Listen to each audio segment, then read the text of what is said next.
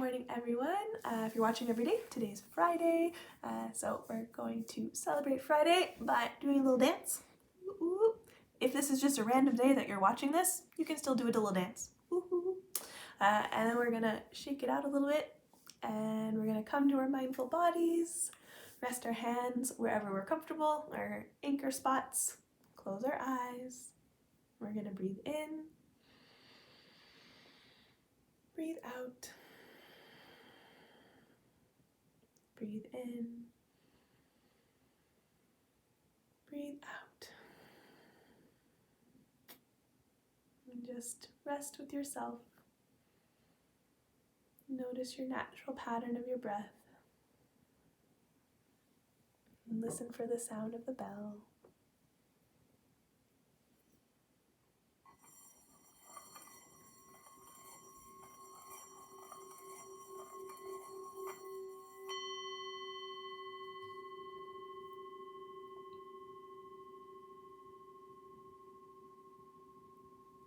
Open your eyes as the sound fades when you're comfortable. So today will be our final Pete the Cat day for this time. So again, if you want to be on your hands and knees on the ground, please do so. If you want to stay seated as you are, it's up to you. And we're going to do one more cat, cow, and we're going to meow and moo. Okay? So as we go into cow pose, we're going to arch back and we're going to go moo. And then we're going to arch our back like a cat. And we're going to go meow. And then breathe in. Moo.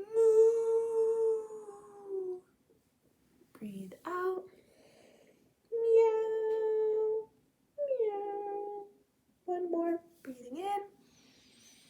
Moo. Breathe out. Meow. And back to neutral.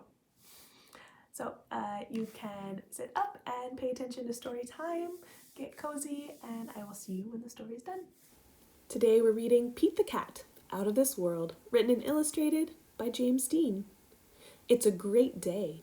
Pete the Cat is going to space camp. Pete meets his bunkmate Glenn. As they unpack, there's an announcement.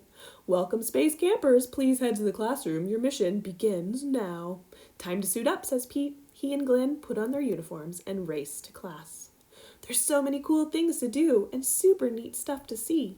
Astronauts Tom and Chris talk about the trips they've taken, and they give a sneak peek at future space trips. It would be totally rad to go to space, says Pete. The campers find out what it feels like to be an astronaut. They go in the zero-gravity chamber. They ride in rovers. They even build rockets. Pete's rocket flies very, very far. Way to go, Pete, shouts Glenn. Next stop is Mission Control. We have some exciting news, says Tom. Our next flight leaves today. We're going to the moon, and we have room for more. Pete, do you want to go? Asks Sally. That would be awesome, says Pete. It's time to buckle up and settle into the space capsule. 5, 4, 3, 2, 1, lift off! Their ship speeds through space. They blast past a satellite. They even spot a comet. Tom and Sally have a rockin' surprise for Pete. His guitar. He plays a groovy interstellar song for them. Mission Control even listens in. In no time at all, they arrive on the moon. They're ready to explore. The astronauts collect rocks and they map out the moon's surface. Pete has a very important job to do. He straps on a jetpack and he heads towards Mars. He takes tons of pictures. Oh no! Pete lost track of time, and the moon is far, far away. He has to make it back to the ship before it blasts off. Phew! Pete made it. Back in the nick of time. The astronauts head home, and there's time for a few more tunes. Pete sure knows how to make an entrance. Pete's trip to outer space was out of this world. Still, he's psyched to have his feet back on solid ground. Rocket on, Pete. Rocket on. The end. I hope you enjoyed that story of Pete the Cat out of this world. I think a lot of us might still be able to relate to Pete the Cat being stuck inside the spaceship.